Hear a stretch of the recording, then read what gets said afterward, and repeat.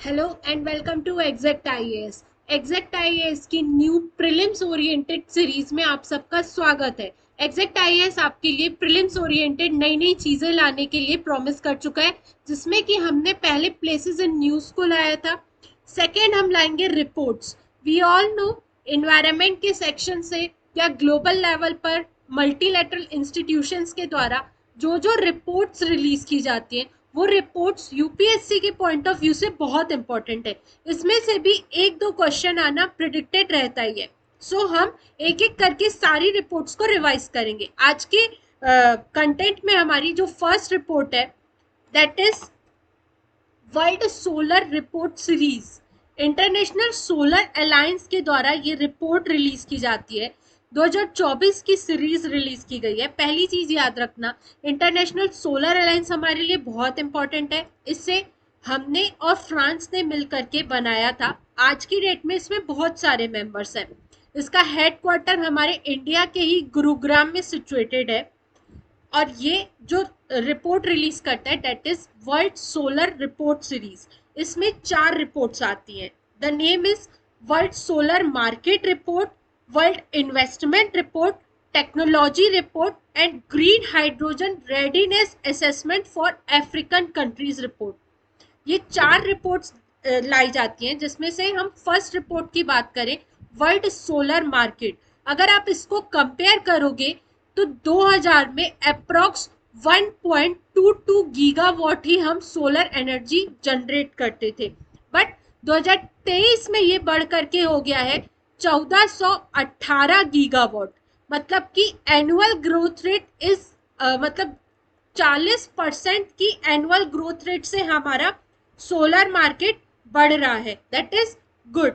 Second report is जिसमें demand की बात की जाती है that is solar manufacturing to exceed demand. देखो हमारा जो सोलर सेक्टर में मैन्युफैक्चरिंग हो रहा है ना, सोलर सेक्टर में मैन्युफैक्चरिंग ने डिमांड को एक्सीड कर दिया है। इससे क्या होगा, जो हमारी कंट्रीज को सोलर एनर्जी में पैसा लगता है वो एक तरह से अफोर्डेबल हो पाएगा।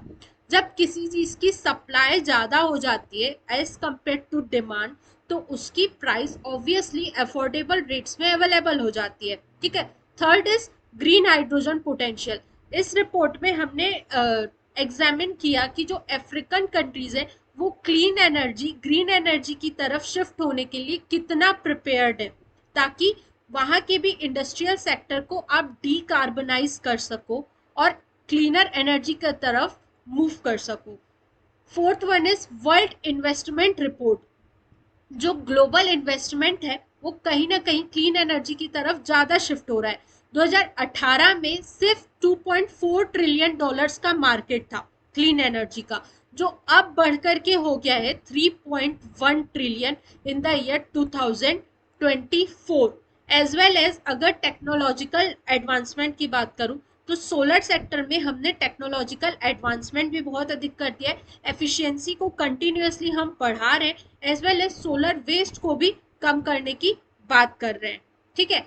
Next report is annual ground water quality report 2024। ये रिलीज की गई है सेंट्रल पॉल्यूशन कंट्रोल बोर्ड के द्वारा, दैट इज सीपीसीबी। इसमें हम ग्राउंड वाटर की क्वालिटी को एसेस करते हैं। हमारे ग्राउंड वाटर में मेजरली पॉल्यूटेंट्स जो रहते हैं वो है नाइट्रेट्स, आर्सेनिक, फ्लोराइड, यूरेनियम, ये सारी चीजें। ठीक है। इंडिया का अगर ग्राउंड वाटर देखोगे तो it is a calcium bicarbonate type of water. 81% of ground water जो है वो इरिगेशन के लिए सुइटेबल है। अब अगर रीजन स्पेसिफिक बात करोगे, फ्लोराइड का कंटेंट राजस्थान, हरियाणा, कर्नाटका, आंध्र प्रदेश और तेलंगाना वाले रीजन में हमें फ्लोराइड का पॉल्यूटेंट बहुत अधिक मिला है। फिर आर्सेनिक की बात की जाए तो नॉर्थ इंडिया में जो गंगा ब्रह्मपुत्र का बेसिन है वहां की ग्राउंड वाटर में हमें आर्सेनिक बहुत अधिक देखने को मिला है। यूरेनियम की बात की जाए तो मेजरली जहाँ पे इरिगेशन बहुत अधिक होता है, जैसे कि पंजाब वाला रीजन हो गया, फिर राजस्थान वाला रीजन हो गया, यहाँ पर यूरेनियम कंटेंट बहुत अधिक मिला है। सबसे बेस्ट वाटर जो है वो नॉर्थ ईस्टर्न स्टेट्स का है, दैट इज 100% जितने भी सैंपल्स वहां से कलेक्ट किए गए उसमें से 100% पूरे with in the safe limits पाए गए हैं। ठीक है, so this was all about the reports. इस तरह की और रिपोर्ट्स और प्रीलिम्स ओरिएंटेड चीजों को समझने के लिए ज्वाइन करिए हमारे चैनल एग्जैक्ट आईएएस को। इस लेक्चर की पीडीएफ, मतलब इस टॉपिक की पीडीएफ आपको हमारे टेलीग्राम चैनल एग्जैक्ट आईएएस से ही मिल जाएगी। Thank you so much.